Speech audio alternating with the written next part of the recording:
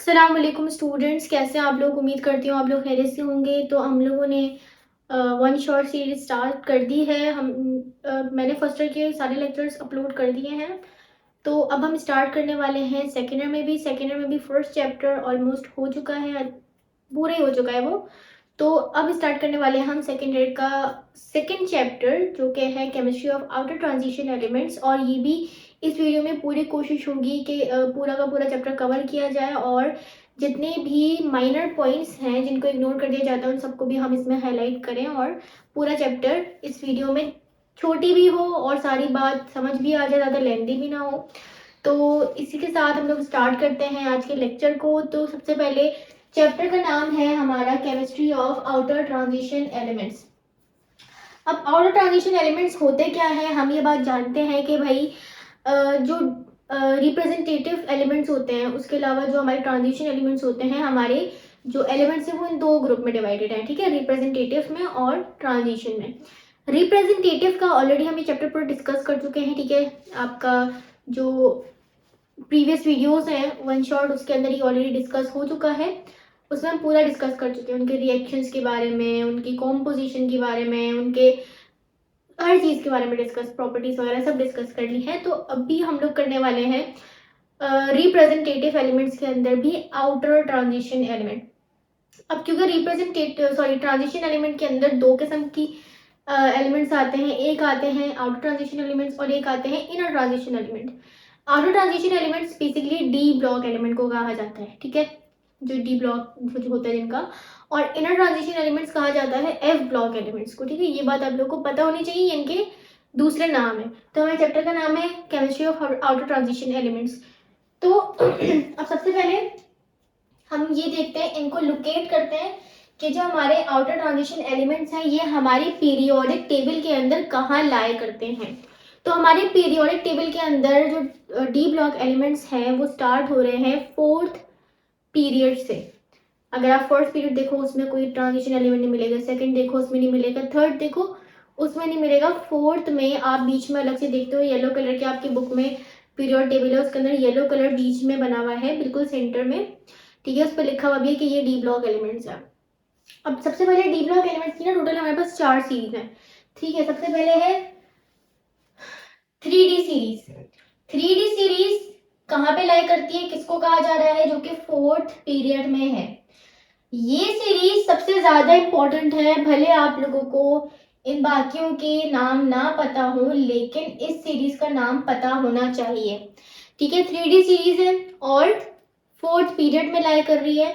कहाँ से स्टार्ट हो रही है, कहाँ पे खत्म हो रही है, वो मैंने लिख दिया है कि स्कैंडियम से स्टार्ट हो रही है और जिंक पर खत्म हो रही है।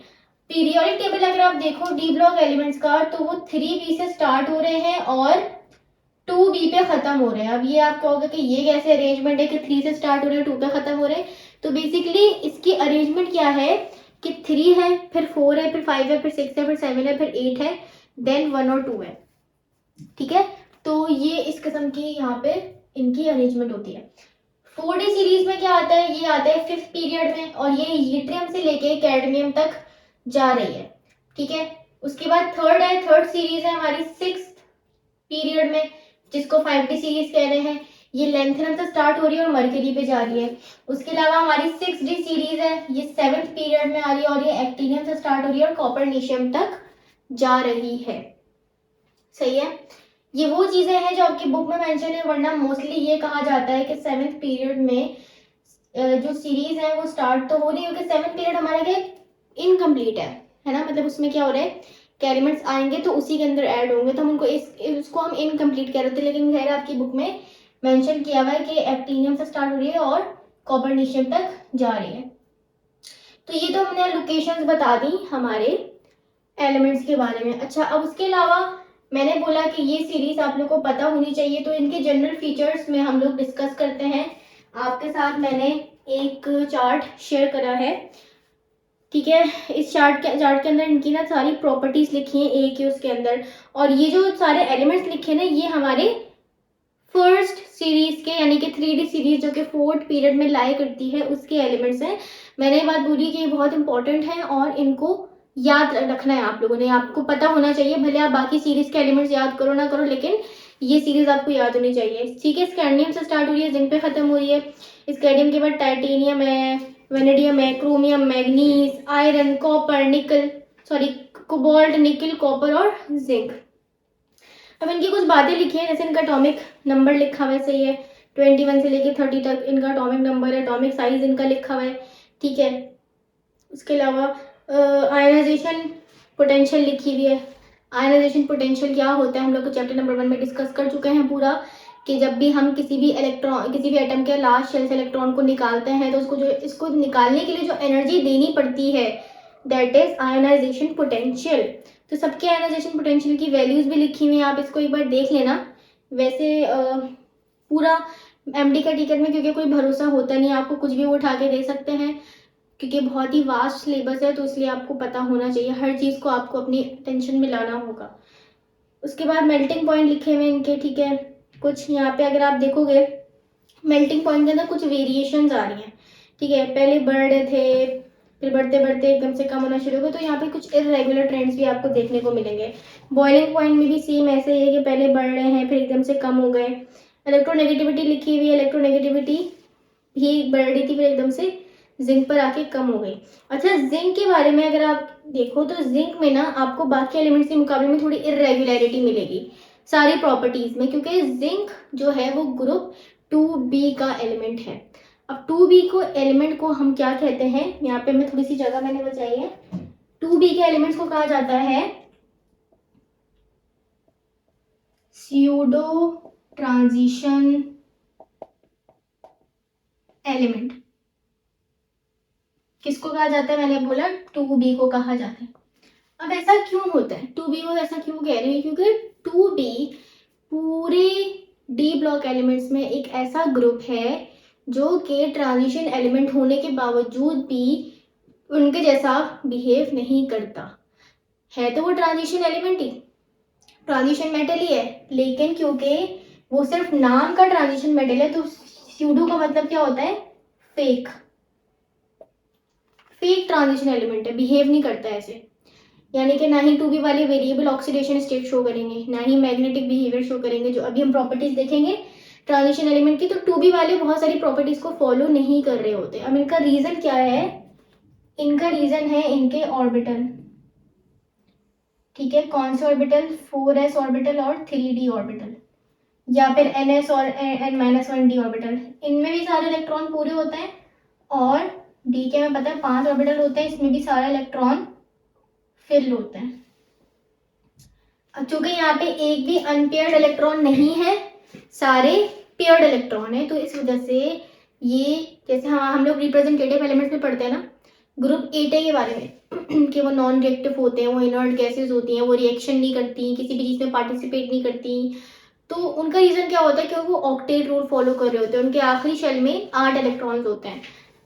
इनका भी थोड़ा वैसा ही क्राइटेरिया है, वही आइडिया है यहाँ पे भी, कि सारे इलेक्ट्रॉन पेयर्ड है, इवन नंबर में सारे इलेक्ट्रॉन फिल्ड है, कोई भी अनपेयर्ड इलेक्ट्रॉन नहीं है, जिसकी वजह से इनको ना इलेक्ट्रॉन लेने की जरूरत पड़ती है ना देने की जरूरत पड़ती है, खुश है।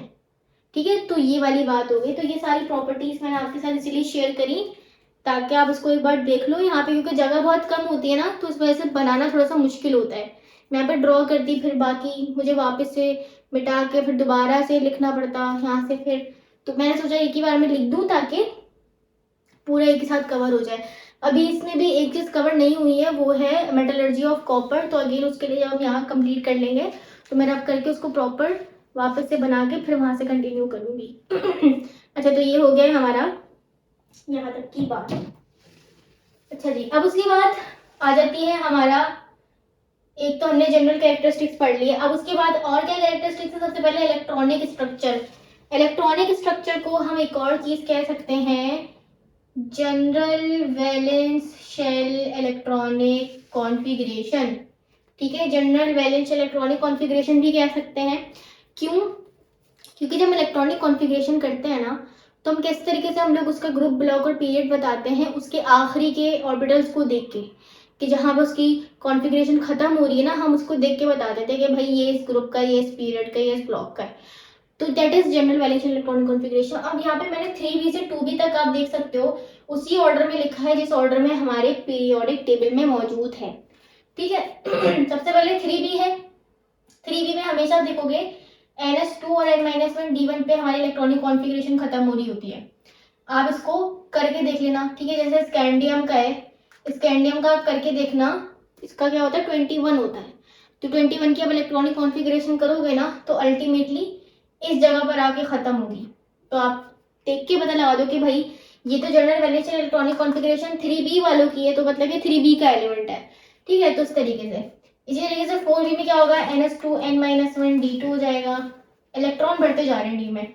5 में क्या होगा NH2 N-1 D3 हो जाएगा। अब देखो क्योंकि हम लोग डी के और एस के दोनों के इलेक्ट्रॉन्स को काउंट कर रहे हैं, ऐसा क्यों होता है, क्योंकि यहाँ पे देखो NS2 है या NS है और यहाँ पे N-1 D है, यानी कि यहाँ पे जो नंबर ऑफ शेल होगा उसके मुकाबले में एक कम यहाँ पर होगा। जैसे कि मैंने अभी वहां पे लिखा कि 3D होगा और 4S होगा, इसके अंदर कुछ इलेक्ट्रॉन्स होंगे, इसके अंदर कुछ इलेक्ट्रॉन्स होंगे, ये हमेशा ज्यादातर 2 ही होते हैं।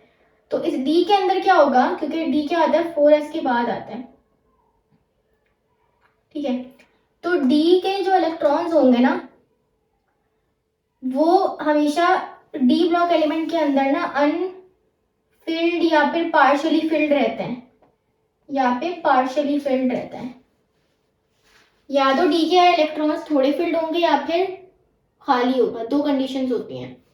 तो उस सिचुएशन में क्या होगा, हम पता लगा लेंगे कि भाई ये डी ब्लॉक एलिमेंट है। और देखो आखिरी इलेक्ट्रॉन जा भी किस में रहा है, डी में जा रहे हैं, तो उससे पता चल जाता है। और आखिरी शेल क्या होगा, एस होगा, क्योंकि देखो जो एस के साथ नंबर है शेल का उसके एक कम डी के साथ है, तो उससे पता चल जाता है। तो इस तरीके से देखो इलेक्ट्रॉन बढ़ते जा रहे हैं, 2 इसके तो 4 4b, 2 इसके 3 इसके 5।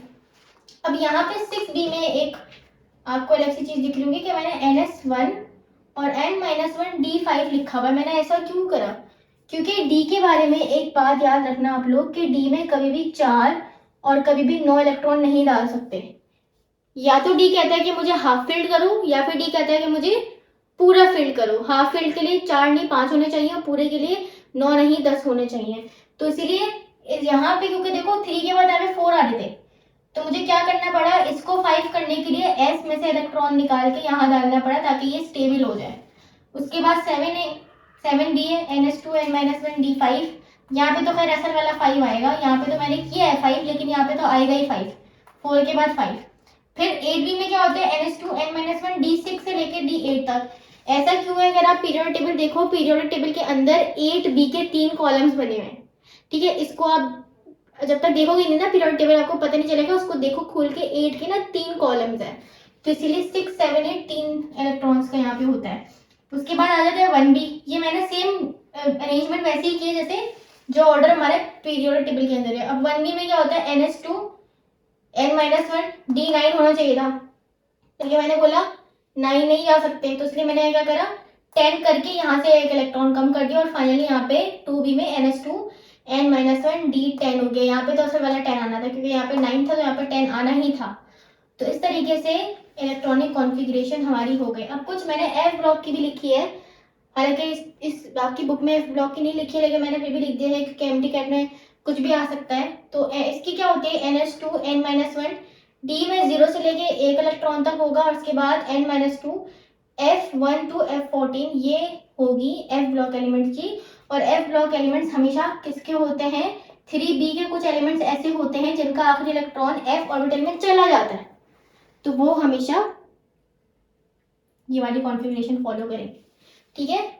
अच्छा जी, अब उसके बाद है variable oxidation state. Variable oxidation state के बारे में मतलब क्या है भाई, हमें ये बात पता है कि जितनी भी ट्रांजिशन एलिमेंट है वो वेरिएबल यानी कि एक से ज्यादा, तभी तो उनको ट्रांजिशन एलिमेंट कहते हैं। उनके ऑक्सीडेशन स्टेट वो रिएक्शन के दौरान एक इलेक्ट्रॉन भी लूज कर सकते हैं, 2 भी 3 भी 4 भी 5 भी 6 भी 7 भी, जितने उनकी कैपेबिलिटी है, जितने वो केपेबल हैं इलेक्ट्रॉन्स लूज करने के, वो उतने कर जाते हैं। और हम रिएक्शन के दौरान आइडिया भी नहीं लगा सकते कि कितने इलेक्ट्रॉन लूज करने वाला है, तो that is variable oxidation state. अब अगेन इसका भी पूरा चार्ट है, लेकिन उससे पहले रीजन पता लगा दें कि भाई इनकी वेरिएबल ऑक्सीडेशन स्टेट होती क्यों है, क्योंकि जो इनका 3d और 4s ऑर्बिटल होता है ना, 3d और 4s ऑर्बिटल, ये पूरा ऑर्बिटल, इनके दरमियान में जो एनर्जी डिफरेंस होता है ना, जो एनर्जी डिफरेंस होता है वो बहुत कम होता है, इतना कम होता है कि ये दोनों ऐसे बिहेव करते हैं कि ये एक ही शेल के अंदर है।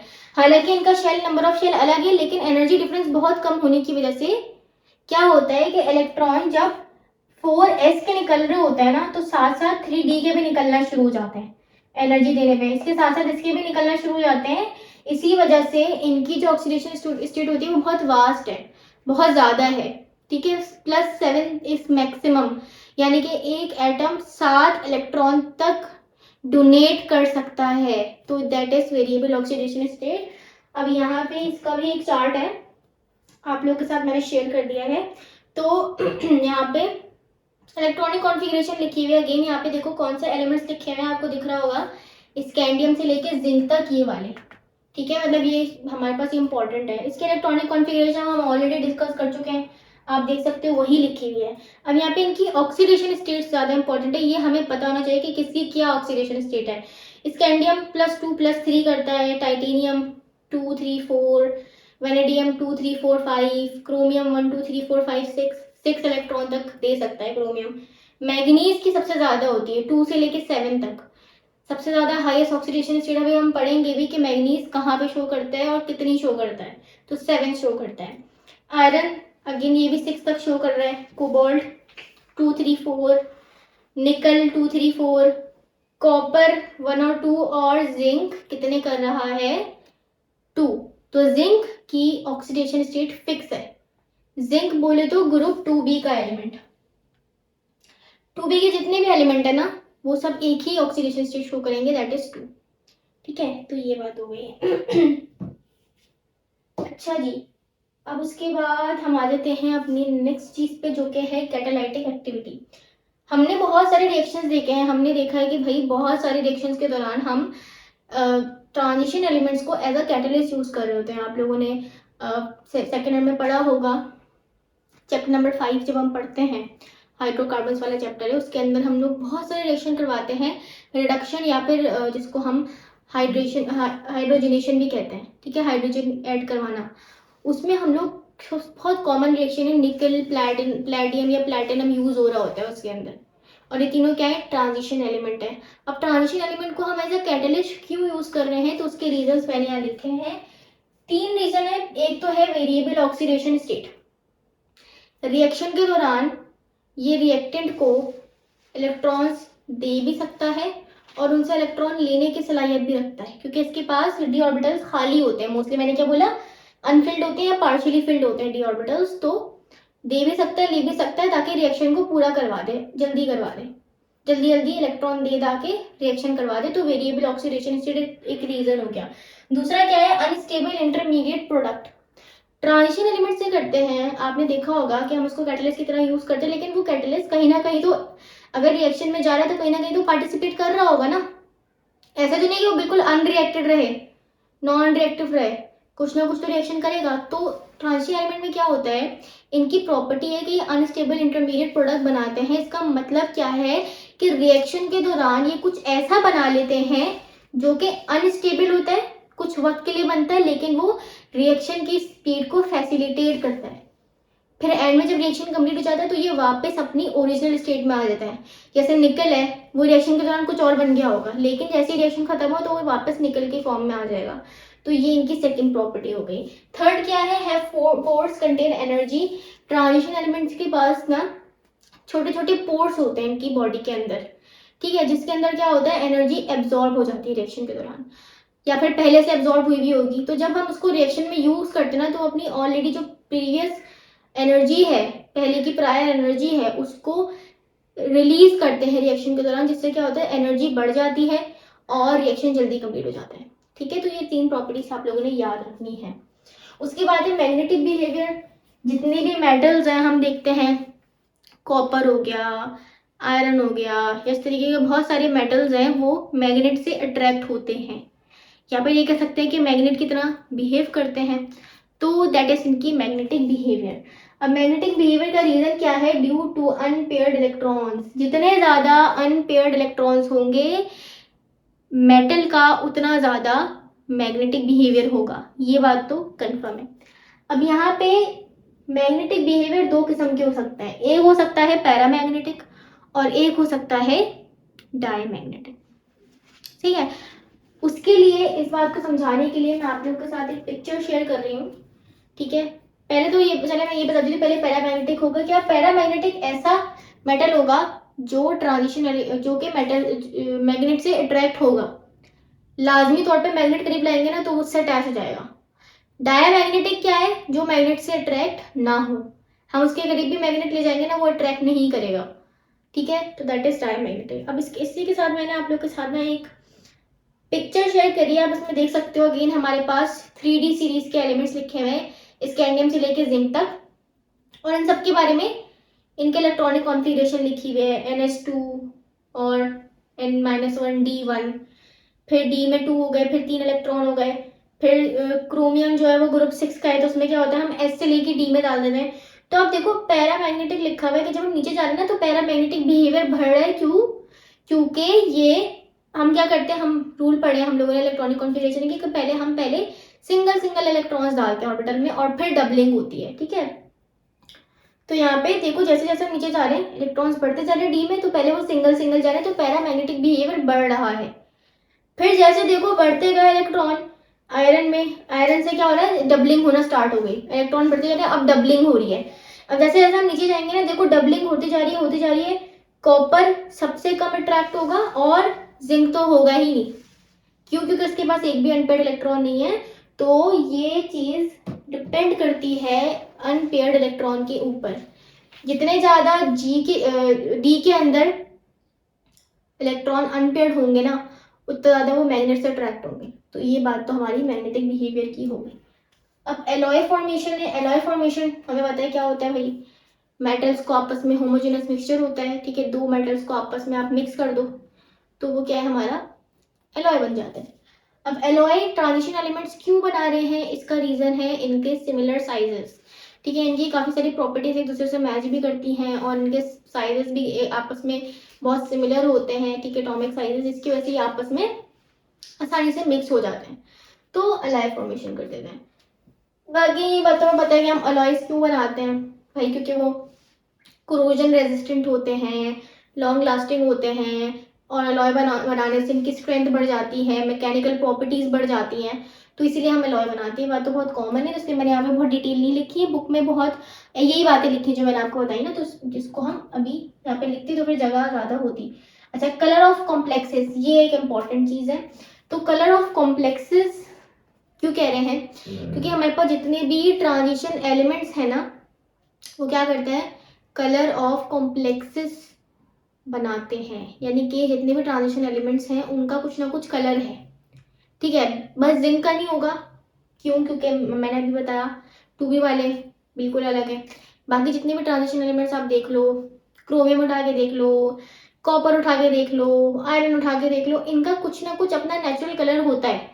ये कलरलेस नहीं होंगे, यानी कि कलरलेस से मुराद व्हाइट कलर के नहीं होंगे कभी भी, या ऑफ वाइट इस कलर के कलर के नहीं होंगे। इनका कुछ ना कुछ कलर होगा, brown, black, green, yellow, orange, purple, कुछ ना कुछ कलर होगा, तो दैट इज इनका कलर ऑफ कॉम्प्लेक्स। अब ये होता कैसे है, यहाँ पे मैंने ये नहीं लिखा कलर ऑफ ट्रांजिशन एलिमेंट, मैंने यहाँ पे वर्ड यूज करा है कलर ऑफ कॉम्प्लेक्सेस। अब कॉम्प्लेक्सेस क्या होते हैं इसी वीडियो में आगे हम लोग देखेंगे नॉमेनक्लेचर को, कॉम्प्लेक्सेस के नॉमेनक्लेचर। तो कॉम्प्लेक्सेस क्या होते हैं कि जब हमारे मेटल के साथ कोई लाइगेंड अटैच होता है। लाइगेंड क्या है, लाइगेंड एक ऐसी स्पीशी है, एक ऐसा मॉलिक्यूल है जो मेटल को इलेक्ट्रॉन पेयर डोनेट करता है। ठीक है, बहुत अलग सी बात है ना कि मेटल को कोई इलेक्ट्रॉन पेयर कैसे डोनेट कर सकता है, लेकिन लाइगेंड कॉम्प्लेक्सेस के केस में मेटल्स लाइगेंड से इलेक्ट्रॉन पेयर लेते हैं और उनके साथ बॉन्डिंग बना लेते हैं जो कि कोऑर्डिनेट कोवलेंट बॉन्ड बनता है। सही है, तो अब यहाँ पे होता है क्या है कि जब कोई भी मेटल लाइगेंड के साथ अटैच होता है ना तो उसका जो डी ब्लॉक कह रही डी ऑर्बिटल है ना, ये दो हिस्सों में स्प्लिट हो जाता है। दो ऑर्बिटल्स ऊपर चले जाते हैं, 3 ऑर्बिटल्स नीचे रह जाते हैं। ठीक है, और ये वाले ऑर्बिटल्स आपको पता होने चाहिए कि कौन से होंगे, dx² और dy² और z² वाले ऑर्बिटल्स स्प्लिट हो जाते हैं। इनकी एनर्जी हाई होती है, इनकी एनर्जी कम होती है। इस वाले को कहा जाएगा जिनकी एनर्जी ज्यादा है, ऑर्बिटल्स को Eg से रिप्रेजेंट किया जाता है, जिनकी एनर्जी कम है उनको T2g से रिप्रेजेंट किया जाता है, और इनके एनर्जी डिफरेंस को डेल्टा नॉट से रिप्रेजेंट किया जाता है। अब होता क्या है भाई, फॉर एग्जाम्पल यहाँ पे कोई एक इलेक्ट्रॉन था, ठीक है। अब क्या होगा, जब मैं इसे कोई लाइट सोर्स प्रोवाइड करूंगी या कोई भी एनर्जी प्रोवाइड करूंगी तो ये उस एनर्जी को एब्जॉर्ब करके जंप कर जाएगा इधर। अब इलेक्ट्रॉन जो एनर्जी एब्जॉर्ब करेगा ना, हमारी लाइट जो है मोनोक्रोमेटिक लाइट, वो कितनी लाइट से मिलके बनती है, 7 विब गियोर से मिलके बनती है ना। अब जो लाइट ये एब्जॉर्ब करेगा ना, वो तो लाइट लेके चला गया ऊपर, लेकिन जो वेवलेंथ की लाइट रह गई है ना, वो ये ओमिट कर देता है, यानी कि कुछ स्पेसिफिक वेवलेंथ की लाइट को ये एब्जॉर्ब करेगा और बाकी लाइट्स को ये ओमिट कर देगा। तो जो लाइट ये ओमिट करेगा ना, हमें वही इस मेटल का कलर दिखेगा। जैसे क्रोमियम +3 है, वो ग्रीन कलर शो करता है। तो क्या होता है, मतलब हर इसके अलग अलग कलर है। तो यही काम हो रहा होता है ट्रांजिशन मेटल्स के अंदर, क्योंकि इनके अंदर किनकी खास प्रॉपर्टी क्या है कि इनका डी ब्लॉक स्प्लिट करने की सलाहियत रखता है। बाकी एलिमेंट्स के पास तो डी ब्लॉक होता ही नहीं है, और अगर होता है तो वो फिल्ड होता है। तो कभी भी डी ब्लॉक फिल्ड जब होगा ना, वो कभी भी स्प्लिट नहीं होगा अनटिल एंड अनलेस उसके पास अनपेयर्ड इलेक्ट्रॉन ना हो और वो पार्शियली फिल्ड ना हो। इसलिए मैंने कहा कि जिंक वाले या 2b वाले कोई भी कलर शो नहीं करते, ठीक है। तो यहाँ पे मैंने लिखा, यहाँ पे भी ये बात लिखी है कि when metal interacts with ligand D block या D orbital split into 2 sets.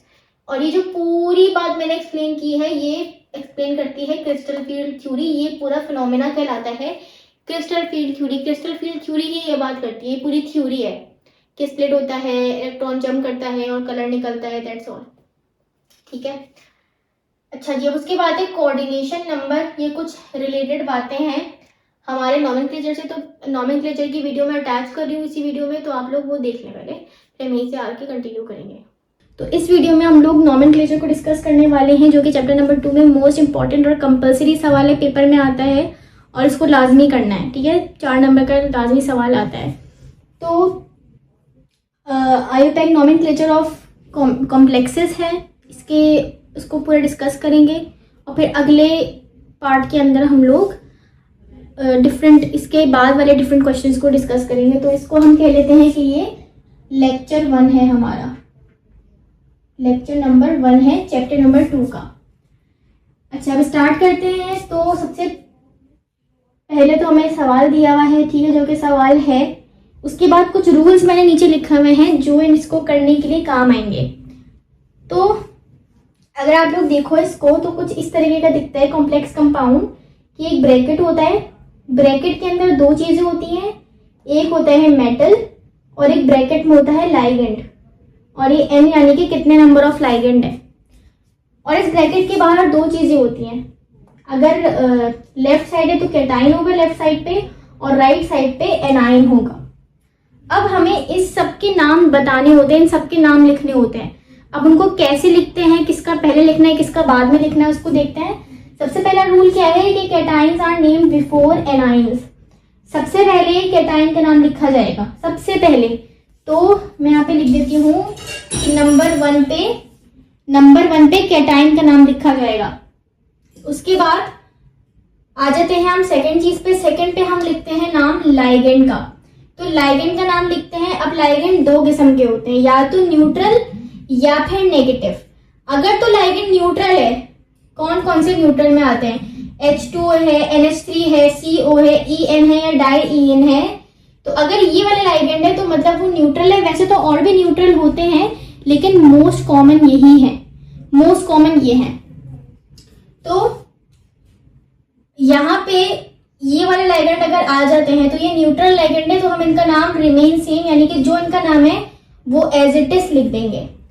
अगर तो नेगेटिव लाइगेंड आ जाता है तो फिर जो भी लाइगेंड होगा उसके एंड में सफिक्स हमें ओ लगाना पड़ेगा, ठीक है, ओ लगाएंगे। लाइगेंड के बाद आ जाते हैं हम और लाइगेंड की कुछ बातें हैं कि क्या लिखा हुआ है। अच्छा, अब देखो ये तो हो गया न्यूट्रल और नेगेटिव, लेकिन कभी कभार ऐसा भी होता है कि एक ही कॉम्प्लेक्स कंपाउंड के अंदर नेगेटिव लाइगेंड भी आ जाता है और न्यूट्रल लाइगेंड भी आ जाता है, 2 लाइगेंड्स आ जाते हैं। अगर ऐसा कुछ हो जाए कि लाइगेंड्स 2 मौजूद हो अंदर, तो उस सिचुएशन में क्या होगा, और वो दोनों भी एक न्यूट्रल हो एक नेगेटिव हो, तो क्या होगा। तो हम पहले नेगेटिव लाइगेंड का नाम लिखेंगे और फिर हम न्यूट्रल लिगेंड वाले का नाम लिखेंगे। पहले नेगेटिव का नाम आएगा फिर न्यूट्रल का। उसके बाद 4 है प्रीफिक्सेस ऐड होंगे, यानी कि अगर हम लोग लिगेंड के बारे में बता रहे हैं, अब वो लिगेंड कितने हैं, 4 हैं, 5 हैं, 1 है, 2 है, उसकी काउंटिंग भी तो, उनकी नंबरिंग भी तो बतानी है ना। तो नंबरिंग 2 तरीके से होती है। अगर तो हमारा लिगेंड इनऑर्गेनिक है तो उसके लिए हम नॉर्मली डाई, ट्राई, टेट्रा, वेट्रा यूज करेंगे, पेंटा। लेकिन अगर हमारा लिगेंड ऑर्गेनिक है तो उसके लिए नंबरिंग कैसे लिखी जाएगी, 2 के लिए बिस, 3 के लिए ट्रिस, 4 के लिए टेट्राकिस, 5 के लिए पेंटाकिस, 6 के लिए हेक्साकिस, इस तरीके से। उसके बाद ये हो गया लिगेंड का नाम। उसके बाद लास्ट में मेटल का नाम आता है। मेटल का नाम अगेन 2 तरीके से लिखा जाता है, एक तो उसका नॉर्मल कॉमन नेम और दूसरा उसका लैटिन नेम। नॉर्मल नेम हम कब लिखेंगे, जब कॉम्प्लेक्स आयन या तो न्यूट्रल हो या फिर नेगेटिव हो, यानी कि या तो उसके ऊपर कोई चार्ज ना हो या फिर नेगेटिव नहीं सॉरी पॉजिटिव हो, या तो पॉजिटिव हो। और दूसरा क्या, लैटिन नेम कब लिखा जाएगा, कि जब कॉम्प्लेक्स आयन के ऊपर नेगेटिव साइन लगा हुआ हो, ऐसे ब्रैकेट के बाहर नेगेटिव साइन लगा हुआ हो या कैटायन मौजूद हो। तो इन 2 सिचुएशन में हम लैटिन नेम यूज करेंगे। और लैटिन नेम में बस क्या करते हैं कि जो भी मेटल का नाम है उसके एंड में 8 लगा देते हैं। जैसे निकल है तो निकलेट, कॉपर है तो क्यूप्रेट, ठीक है, जिंक है जिंकेट, 8 लग जाते हैं एंड में बस। तो ये सारे रूल्स हो गए। अब हम करना शुरू करते हैं। जब आप करोगे क्वेश्चंस तो आपको और अच्छे से क्लियर हो जाएगा। तो सबसे पहला क्वेश्चन है Na2PtOH4 और ये हो गया।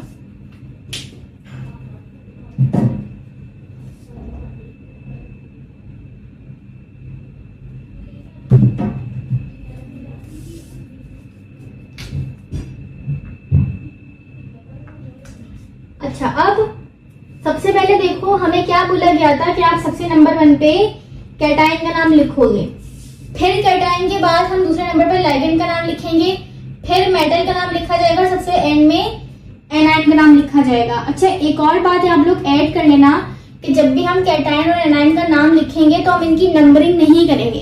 हम इनकी नंबरिंग नहीं करते भले जितने भी हो। जैसे कि देखो यहाँ पे सोडियम 2 है तो हम डाई सोडियम नहीं लिखेंगे, हम डायरेक्टली सोडियम लिख देंगे। तो यहाँ पे क्या है सोडियम, तो हम लिख देंगे सबसे पहले सोडियम, ये कैटायन है तो इसका नाम मैंने लिख दिया सोडियम।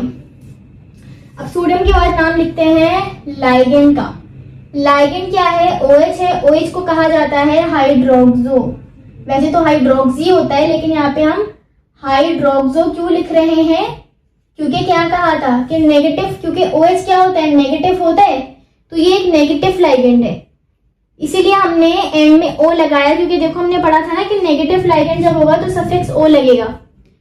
मैं आप लोगों को साथ में ना एक इस लेक्चर के एंड में एक पिक्चर भी शेयर कर दूंगी, यहाँ साइड पे लगा दूंगी, तो आप लोग वो भी देख लेना, या साथ साथ चला दूंगी, आप लोग वो भी देख लेना कि किस तरीके से आपको पता चलेगा कि भाई मेटल कौन सा कैसे है, लिगेंड कैसा है, उसका क्या ऑक्सीडेशन नंबर है, नेगेटिव है, न्यूट्रल है, जो भी है। ठीक है, पहली बात तो देखो ये मैंने क्या बताया कि ये वाले न्यूट्रल है और ये मोस्ट कॉमन है। ये सारे न्यूट्रल है, इनके अलावा कोई भी आ जाए तो वो 99% नेगेटिव है। अब देखो ये वाला नेगेटिव है तो इसलिए मैंने क्या करा, हाइड्रोक्सो लिखा है, सफिक्स O लगाया है।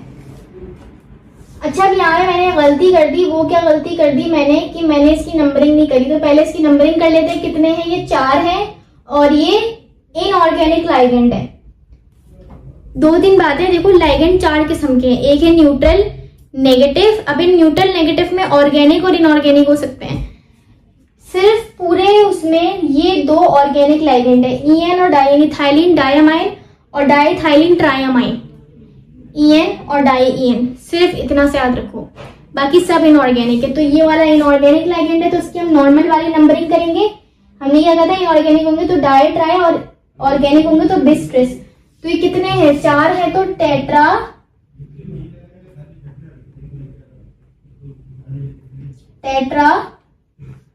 हाइड्रोक्सो, इसका नाम हो गया। अब बचा प्लेटिनियम। अब प्लेटिनियम का हमें मेटल के दो तरीके के नाम है, या तो नॉर्मल नाम है या लेटिन नाम है। अब मुझे सोच के बताओ कि मैं नॉर्मल नाम लिखूं या लेटिन नाम लिखूं। बिल्कुल सही कहा आप लोगों ने, मैं लेटिन नाम लिखूंगी। क्यों? क्योंकि मैंने क्या कहा था, लेटिन नाम कब लिखा जाएगा कि जब नेगेटिव हो। ये नेगेटिव तो नहीं है, यहाँ पे कोई नेगेटिव चार्ज तो नहीं है, लेकिन हाँ बाहर कैटाइन जरूर है, तो इसलिए इसका नाम आएगा लेटिन। तो क्या हो जाएगा, ये प्लेटिनियम है तो प्लेंटेट हो जाएगा। प्लेंटेट के बाद हमें इसको ऑक्सीडेशन नंबर भी लिखना होता है मेटल का। ऑक्सीडेशन नंबर कैसे निकालते हैं? सोडियम का क्या होता है ऑक्सीडेशन, +1 होता है, मल्टीप्लाई बाय 2 कर देंगे क्योंकि ये 2 मौजूद है। फिर उसके बाद प्लस का साइन डालेंगे, प्लेटिनियम पर आते हैं, प्लेटिनियम का निकालना है, इसको ऐसे ही रख देंगे। फिर प्लस OH का होता है -1, तो -1 और ये 4 है तो मल्टीप्लाई बाय 4 इक्वल्स टू 0। 0 से क्यों इक्वेट करें, क्योंकि देखो इसके ऊपर कोई भी चार्ज नहीं है, तो मतलब 0 चार्ज है। अब ये 1 2 2 प्लस PT प्लस -4 हो जाएगा, -4 + 2 -2 हो जाएगा इक्वल्स टू 0, और ये उधर जाके PT इक्वल्स टू +2 हो जाएगा। तो यहाँ पे रोमन में लिखते हैं 2, जो कि इसका ऑक्सीडेशन नंबर है। अब आ जाते हैं हम अपने दूसरे क्वेश्चन पे। दूसरे क्वेश्चन में क्या कह रहा है कि K2FeCN5 और NO।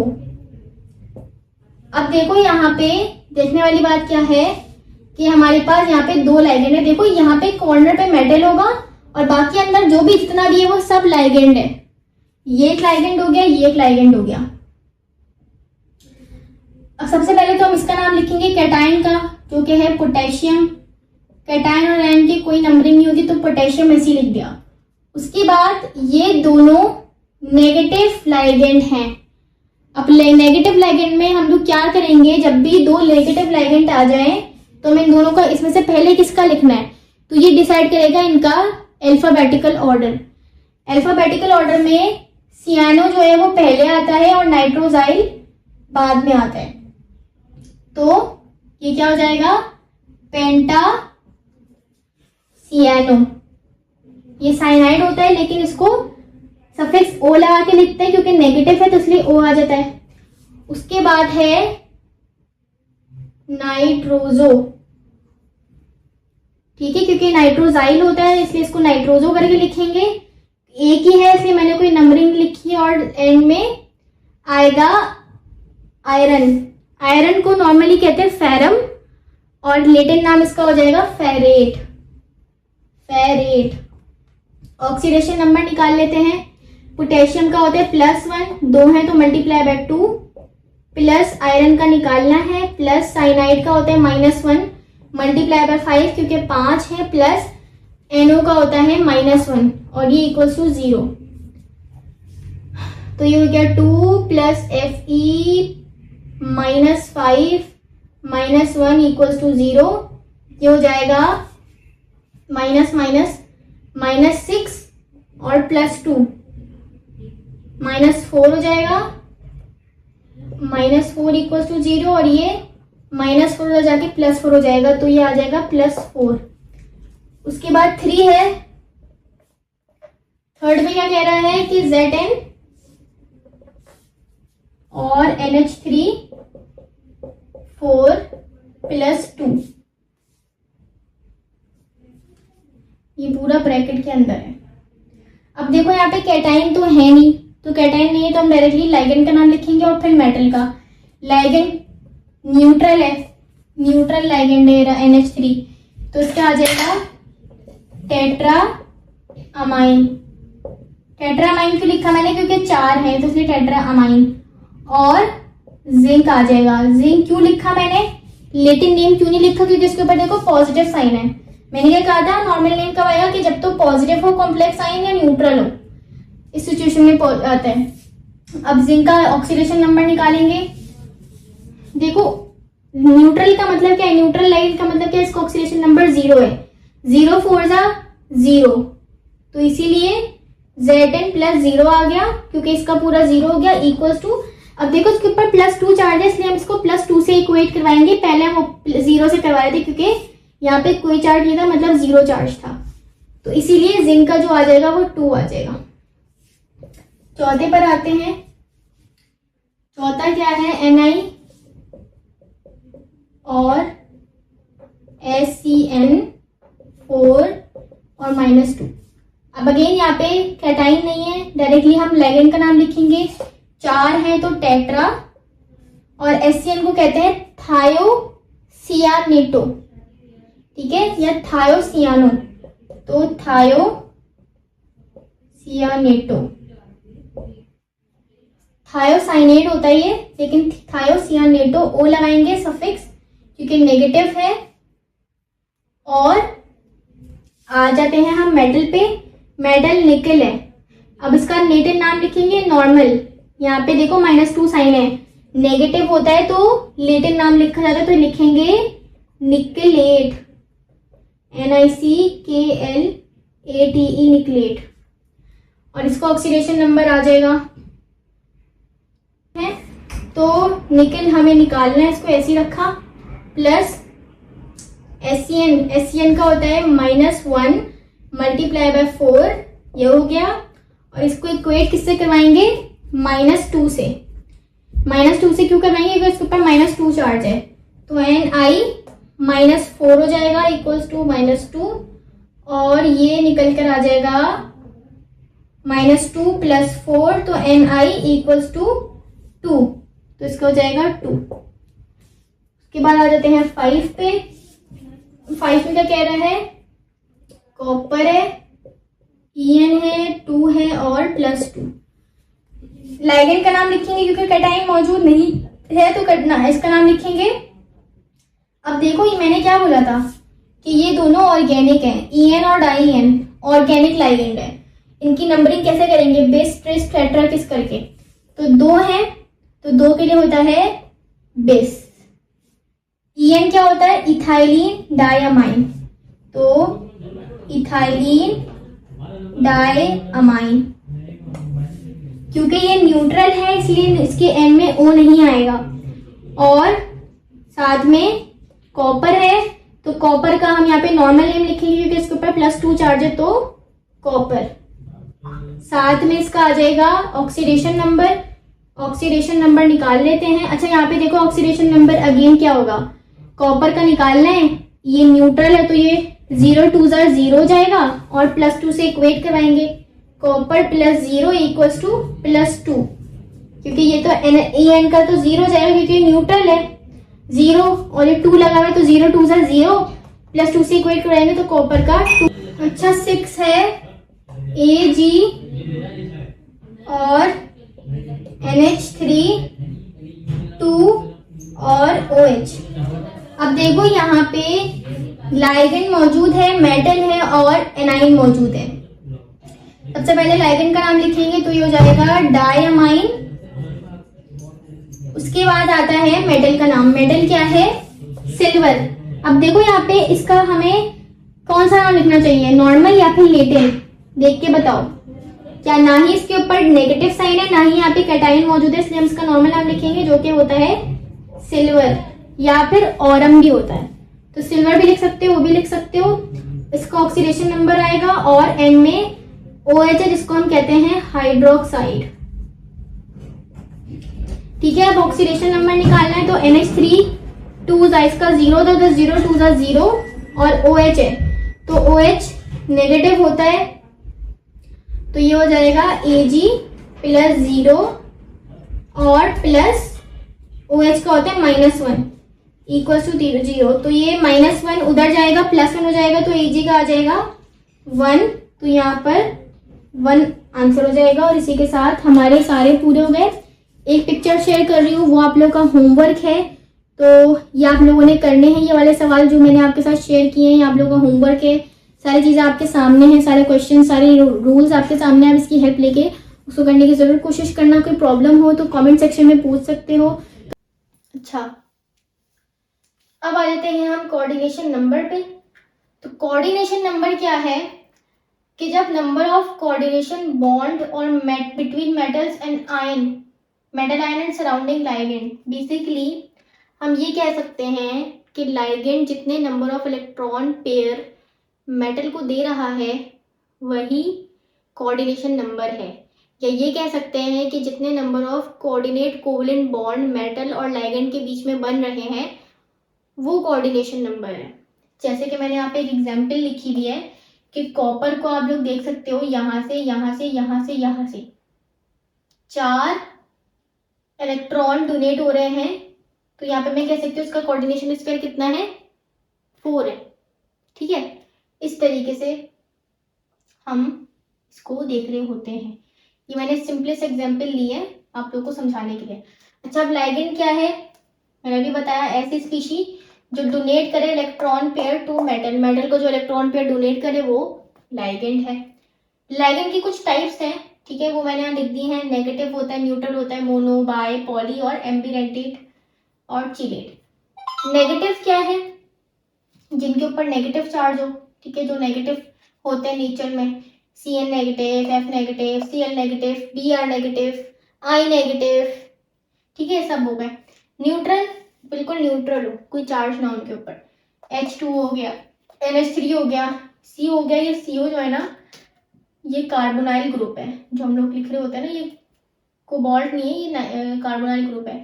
NH2OH, CH3, NH2 हो गया, ये न्यूट्रल है। मोनोडेंटेट, अब मोनो, बाय और पॉली का मतलब क्या है, ऐसे लाइगेंड जो सिर्फ एक ही इलेक्ट्रॉन पेयर डोनेट कर सकते हैं वो मोनोडेंटेट है, जो 2 कर सकते हैं वो बाय है, और जो 2 से ज्यादा कर सके वो पॉलीडेंटेट लाइगेंड्स हैं। तो मोनो के अंदर H2 और NH3 आते हैं क्योंकि ये एक ही लोन पेयर डोनेट कर सकते हैं। बायडेंटेट के अंदर ही आ गया, ठीक है, C नेगेटिव हो गया, इथाइलिन डायमाइन हो गया, ये बायडेंटेट है। और पॉलीडेंटेट है, EDTA, इथाइलिन डायमाइन टेट्राएसीटेट। एम्बिडेंटेट क्या होता है, ऐसा लाइगेंड, ऐसा मॉलिक्यूल लाइगेंड का कि जिसके अंदर एक से ज्यादा एटम इलेक्ट्रॉन पे डोनेट कर सकता हो। जैसे हमारे पास एग्जांपल है SCN की, ठीक है, SCN की एग्जांपल है। अब इसके अंदर क्या होता है, जो सल्फर है ना ये भी इलेक्ट्रॉन पेयर डोनेट कर सकता है, और ये जो नाइट्रोजन है ये भी इलेक्ट्रॉन पेयर डोनेट कर सकता है। तो ऐसा लाइगेंड जिसके अंदर ये पूरा एक लाइगेंड है, अब इसके अंदर ये भी डोनेट कर सकता है, ये भी, तो ये एम्बिडेंटेट लाइगेंड कहलाएगा। चिलेट क्या होता है, जब ऐसा लाइगेंड जो कि मल्टीडेंटेट है या पॉलीडेंटेट लाइगेंड है, जब वो मेटल के साथ मिलके कॉम्प्लेक्स कंपाउंड बनाता है तो उसके नतीजे में जो स्ट्रक्चर उसका मिलता है हम उसे कहते हैं चीलेट। अब चीलेट का मतलब क्या होता है, चीलेट का मतलब होता है क्रैब्स क्लॉ, केकड़े के पंजे, केकड़े के जो पांव होते हैं 6 हेक्सा 6 होते हैं ना, तो जब मल्टीडेंटेट लाइगेंड है, जैसे कि मैं कहूँ हेक्साडेंटेट हो गया, 6 इलेक्ट्रॉन पे डोनेट करने वाला लाइगेंड मेटल से जब जुड़ेगा तो वो क्या करेगा, 6 इलेक्ट्रॉन देगा मेटल को। तो जब उसका स्ट्रक्चर देखेंगे ना हम तो ऐसे लगेगा जैसे पंजे बिखरे हुए हैं हर जगह, जैसे केकड़े के दर से दर से दर से ऐसे होता है, तो इसलिए चिलेट कहा जाता है मल्टीडेंटेट लाइगेंड के कंपाउंड को। अब यहाँ पे इसके बाद हमारी कुछ अलग चीजें हैं, यहाँ तक का टॉपिक बिल्कुल अलग था, नॉमेनक्लेचर वगैरह हो गया हमारे। अब आ जाते हैं हम chemistry of some important transition elements. सबसे पहले है क्रोमियम। क्रोमियम हमारा सिल्वर ग्रे कलर का होता है और लस्टर होता है, यानी कि लस्टर मतलब शाइनी शाइनी सा होता है, चमकीला सा। 4th मेंबर है 3D सीरीज का। 3D सीरीज के अंदर देखें अगर हम सीरीज में तो 4थे नंबर पर आता है। इसकी ऑक्सीडेशन स्टेट्स मैंने लिख दी है यहाँ पे, हमने ऑलरेडी डिस्कस भी करी, लेकिन मैंने लिख भी दी 2 3 4 5 6। प्लस ऑब्वियस है क्योंकि ये मेटल है तो ऑफ कोर्स प्लस में शो करेगा। उसके अलावा Ra का मतलब है रिड्यूसिंग एजेंट की तरह ये बिहेव करता है लो ऑक्सीडेशन स्टेट में, यानी कि जब इसके ऑक्सीडेशन स्टेट्स कम होंगी ना, 2 3 हो गई, तो ये उस सूरत में रिड्यूसिंग एजेंट की तरह काम करेगा किसी भी रिएक्शन के अंदर। और ऑक्सीडाइजिंग एजेंट की तरह काम करेगा हाई ऑक्सीडेशन स्टेट पे। OS मतलब ऑक्सीडेशन स्टेट, OA मतलब ऑक्सीडाइजिंग एजेंट। तो जब हाई ऑक्सीडाइजिंग ऑक्सीडेशन स्टेट होंगी 4 5 6 हो गई, तो इन सिचुएशन पे ये एज अ ऑक्सीडाइजिंग एजेंट काम करेगा। बाकी इसके कुछ रिएक्शंस हैं, क्रोमियम का HCl से रिएक्शन है, ठीक है, तो CrCl3 क्रोमियम क्लोराइड बनता है और हाइड्रोजन गैस रिलीज होती है। क्रोमियम का ऑक्सीजन के साथ रिएक्शन है तो क्रोमियम ऑक्साइड बनता है। ठीक है। उसके अलावा या क्रोमेट हो गया, उसके अलावा क्रोमियम का वाटर के साथ रिएक्शन है तो Cr2O3 अगेन बन रहा है, हाइड्रोजन गैस रिलीज हो रही है। ये वाला रिएक्शन थोड़ा सा ज़्यादा इंपॉर्टेंट है, इसको कहते हैं हम लोग क्रोमेट डाइक्रोमेट इक्विलिब्रियम। ये हमारा डाइक्रोमेट आयन है, ठीक है। जब इसको हम वाटर में डालते हैं तो ये बनाता है क्रोमेट आयन और साथ में H पॉजिटिव रिलीज होते हैं। ये आयनिक इक्वेशन है, आपकी बुक में आयनिक की दी हुई तो हम लोग आयनिक ही देंगे। अच्छा, जो डाइक्रोमेट का आयन होता है वो रेड कलर का होता है, क्रोमेट का आयन येलो कलर का होता है। अब होता क्या है, जब हम इसके अंदर एसिड ऐड करते हैं, एसिड ऐड करने का मतलब क्या है, H पॉजिटिव ऐड कर रहे हैं तो ये लेफ्ट की तरफ शिफ्ट कर जाता है और हमें रेड कलर का कुछ मिलना शुरू हो जाता है कंपाउंड। सिस्टम का जो कलर है, इक्वेशन जो हमारे रिएक्शन है वो रेड कलर का होना शुरू हो जाता है। लेकिन जब हम बेस ऐड करते हैं, बेस इस साइड पर है, बेस ऐड करते हैं तो ये फॉरवर्ड जाना शुरू हो जाता है और इसकी फॉर्मेशन येलो कलर का क्रोमेट आयन मिलना शुरू हो जाता है। तो ये कहलाता है क्रोमेट डाइक्रोमेट इक्विलिब्रियम। पूछा जा सकता है कि भाई क्रोमेट डाइक्रोमेट इक्विलिब्रियम की इक्वेशन क्या है, तो ये आप लिख देना, ये इंपॉर्टेंट है, सेकेंड ईयर के हिसाब से भी इंपॉर्टेंट होती है और एमडी के टिकट के लिए भी इंपॉर्टेंट है। अच्छा, बाकी इसके रिएक्शन है, ठीक है। एक तो ऑक्सैलिक एसिड के साथ है और एक मोहर सॉल्ट के साथ है। मोहर सॉल्ट होता क्या है, इसका फॉर्मूला आप लोग को पता होना चाहिए।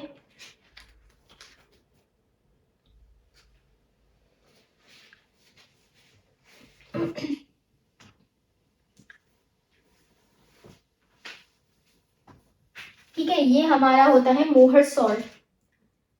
पूछा जा सकता है कि भाई इसका फॉर्मूला क्या है, तो इसलिए आपको पता होना चाहिए। बाकी इसकी इक्वेशंस है कि मोहर सॉल्ट जब ये हमारा डाइक्रोमेट आयन जब ऑक्सैलिक एसिड के साथ रिएक्शन करेगा तो that is in acidic medium और एक Cr+3 आयन बनाएगा, ठीक है, और CO2 बनाएगा और H2 बनाएगा।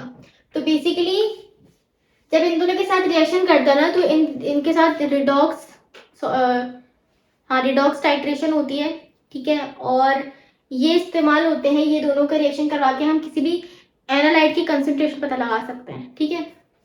तो जब ये ऑक्सैलिक एसिड के साथ रिएक्शन करेगा तो देखो ये रिड्यूस हो रहा है, और मोहर सॉल्ट के साथ भी रिएक्शन करेगा यानी कि आयरन इसमें इंक्लूडेड होता है तो ये अगेन यहाँ पे रिड्यूस हो रहा है और फेरिक आयन बन रहा है और वाटर बन रहा है। तो ये इक्वेशन मेमोराइज करने वाली है, इसमें और कुछ समझने वाला है नहीं, जो भी था मैंने बता दिया। उसके बाद मैग्नीज है। मैग्नीज क्या होता है, ग्रेइश व्हाइट कलर का होता है और जमीन के अंदर 12th मोस्ट एबंडेंट एलिमेंट है, यानी कि जमीन के अंदर मैग्नीज बहुत ज्यादा मिकदार में पाया जाता है 12वें नंबर पर।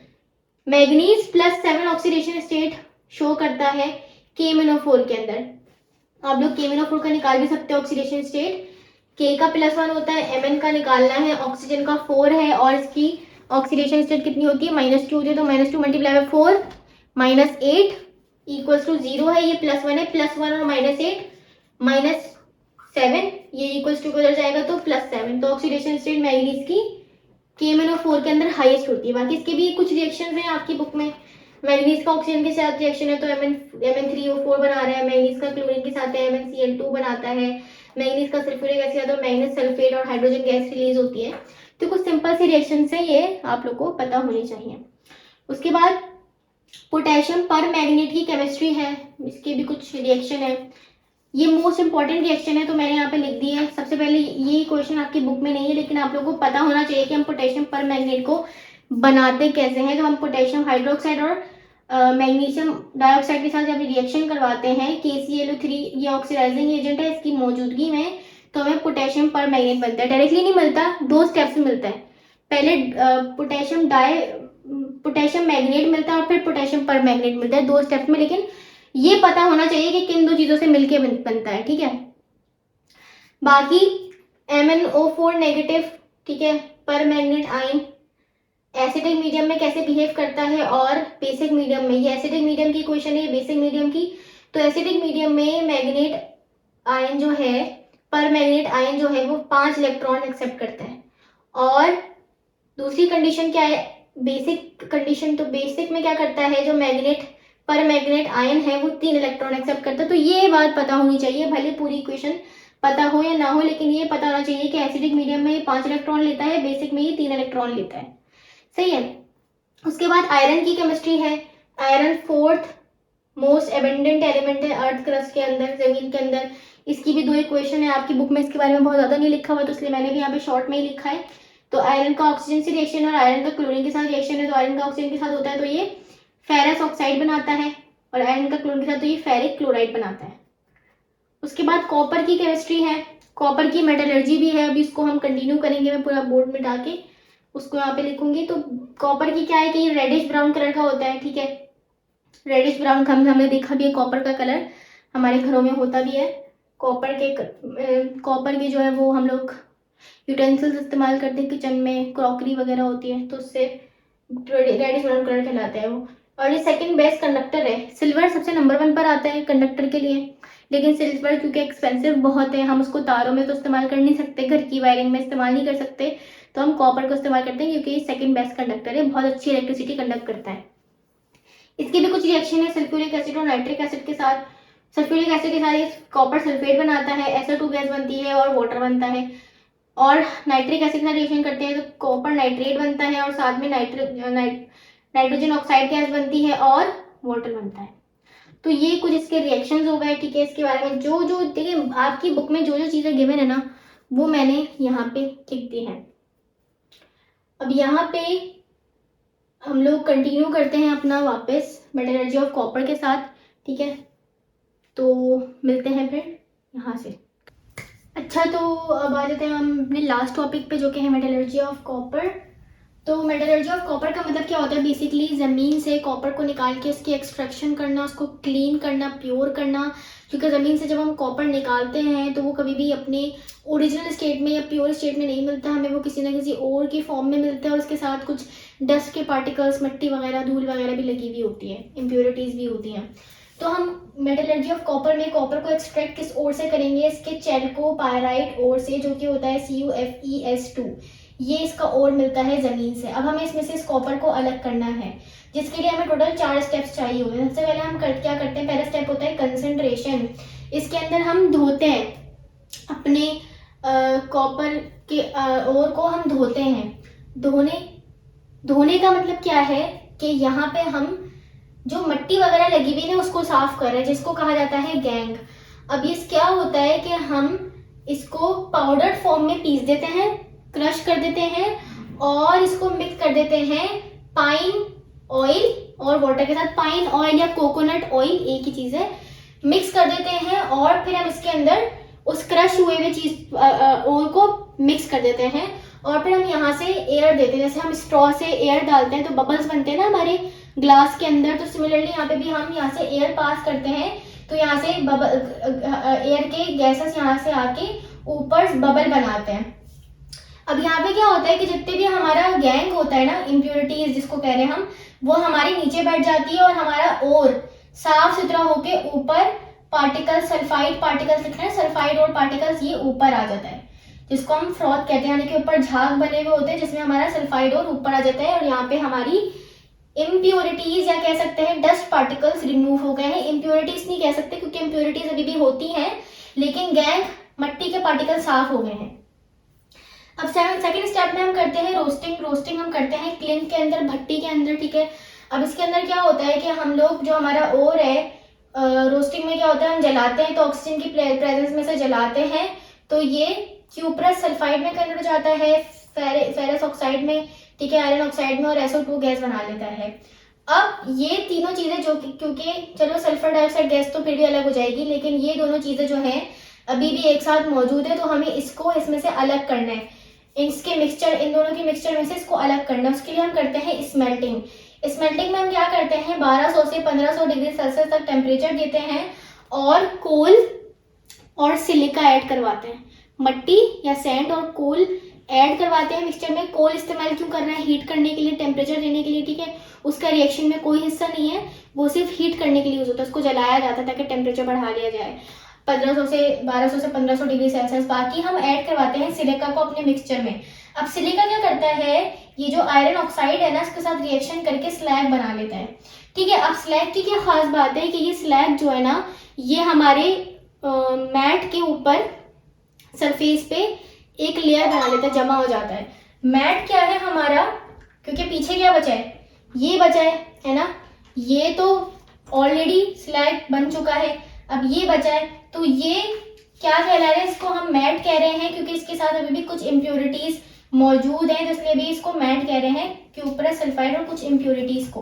बाकी हमारा आयरन ऑक्साइड अलग हो चुका है स्लैग बन के, उसको हम, क्योंकि देखो क्या लिखा है मैंने, slag floats on the surface, तो ये सरफेस पे फ्लोट करेगा मैट, ये भी, ये क्यों, क्योंकि लिक्विड है, ये पूरा लिक्विड है, इसके सरफेस पे ये फ्लोट करना शुरू हो जाता है, जो हम इसको अलग चम्मच से अलग कर लेते हैं, ठीक है। उसके बाद स्टेप 3 हो गया हमारा, इसमें क्या होता है, बेस्मराइजेशन। इसमें क्या होता है कि अब हमारा जो ये जो कॉपर सल्फाइड बचा है ना, इसका हम रिएक्शन करवाते हैं ऑक्सीजन के साथ। बेसिकली यहाँ पे हम जलाने का काम कर रहे हैं दोबारा से, तो उसको हम जलाते हैं, तो क्या होता है कि क्यूप्रस ऑक्साइड बनाता है और सल्फर डाइऑक्साइड गैस बन जाती है। सल्फर डाइऑक्साइड गैस क्योंकि वो गैस है तो वो तो लिबरेट हो जाती है, अभी बचा दोबारा ये, अब ये दोबारा से इस रिमेनिंग कॉपर सल्फाइड के साथ रिएक्शन करके प्योर कॉपर बना लेता है और सल्फर डाइऑक्साइड गैस बनती है। Sulphur dioxide gas again release हो जाती है, तो यहाँ पे जो हमें कॉपर मिलता है ना इस स्टेप में, वो 99% ब्लिस्टर कॉपर होता है। ब्लिस्टर क्यों कह रहे हैं, क्योंकि कॉपर के अंदर से निकले सल्फर डाइऑक्साइड गैस, तो जब गैस निकलती है तो इसके अंदर कुछ ना सुराख रह जाते हैं, बिल्कुल ना पोरस बनता है हमारा, बिल्कुल स्मूथ नहीं होता, जो हमें कॉपर मिलेगा उसके अंदर कुछ सुराख होते हैं, क्योंकि जब वो ठंडा हो रहा है तो उसके अंदर से सल्फर डाइऑक्साइड गैस निकल रही होती है, तो इवेपोरेट हो जाती है या लिबरेट हो जाती है, तो पीछे जो सल्फर जब कॉपर जब बचता है तो उसके अंदर कुछ सुराख होते हैं, जिसकी वजह से हम उसे कहते हैं ब्लिस्टर कॉपर। और ये 100% प्योर नहीं है, अभी इसके अंदर कुछ इम्प्योरिटीज हैं।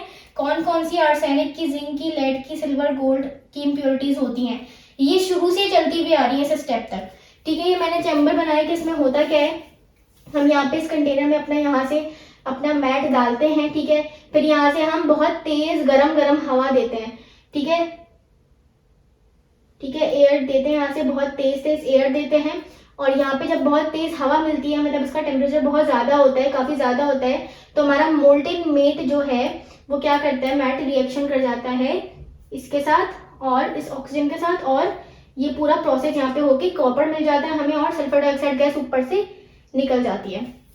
लेकिन यहाँ पे जो कि 99% प्योर है, जब तक मेटल 100% या 99.99% प्योर ना हो वो इलेक्ट्रिसिटी कंडक्ट नहीं करता, तो इसलिए हम कॉपर का यूज़ ज़्यादातर क्या करते हैं, वायर्स बनाने में करते हैं, तो अगर इसके अंदर ज़रा से भी इम्प्योरिटी होगी तो ये अपने अंदर से इलेक्ट्रिसिटी को पास नहीं करेगा, इसलिए हमें इसको 100% प्योर करना है या फिर 99.99% तो करना ही है। तो लास्ट स्टेप में रिफाइनिंग ऑफ कॉपर हो जाती है। हम क्या करते हैं इस स्टेप में, इलेक्ट्रोलिसिस करवाते हैं, इसके अंदर हम लोग प्योर कॉपर को हमें यूज़ करना पड़ता है, ठीक है, एज अ कैथोड, ठीक है, एज अ कैथोड हम यूज़ करते हैं प्योर कॉपर, पहले से हमें कहीं से लाना पड़ेगा प्योर कॉपर इसको बनाने के लिए। बाकी हमने यहाँ पे एनोड लिया है इम्प्योर कॉपर को। अब क्या होता है, नेगेटिव पॉजिटिव टर्मिनल से इसको अटैच किया हुआ है, बाकी H2SO4 को इलेक्ट्रोलाइट के तौर पे लिया हुआ होता है। इलेक्ट्रिसिटी पास करते हैं तो क्या होता है, सबसे पहले एनोड पे जो यहाँ पे इम्प्योर कॉपर है वहाँ से कॉपर के आयंस निकलते हैं, +2 यहाँ पे ऑक्सीडेशन करते हैं, चार्जेस में कन्वर्ट होते हैं, इलेक्ट्रॉन रिलीज करते हैं, फिर ये निकल कर इस इम्प्योर कॉपर से जाते हैं प्योर कॉपर की तरफ, ठीक है, यहाँ पे जाके डिपॉजिट होना शुरू हो जाते हैं। कैसे ये करते हैं, यहाँ जाके रिडक्शन, कॉपर जो है 2 इलेक्ट्रॉन को एक्सेप्ट करेगा और कॉपर बन जाएगा, एटम बन जाएगा, ये कैथोड पे काम होता है, तो ये सारा का सारा कॉपर निकल कर यहाँ पे जो इम्प्योर कॉपर था, यहाँ पे जो इम्प्योरिटीज है वो यहीं पे रह जाती हैं, और बाकी जो कॉपर के आयंस है वो निकल के ये इस वाले कॉपर पे डिपॉजिट होते रहते हैं अनटिल एंड अनलेस सारा का सारा कॉपर एनोड से निकल के कैथोड पे जाके ना लग जाए, जब तक ये प्रोसेस चलता रहता है। और इसके बाद जो हमें कॉपर मिलता है यहाँ पे कैथोड पे लगा हुआ कॉपर जो मिलता है वो हमें 99.99% प्योर मिलता है, जिसको हम फर्दर अपने कामों में इस्तेमाल कर सकते हैं। तो इसी के साथ हमारा चैप्टर नंबर 2 पूरा कंप्लीट हो गया है। आई होप आप लोग को पूरा समझ आया होगा। तो इसी के साथ हम इस वीडियो को एंड करते हैं। इंशाल्लाह मुलाकात होगी आपसे नेक्स्ट लेक्चर में, तब तक के लिए अल्लाह हाफिज़।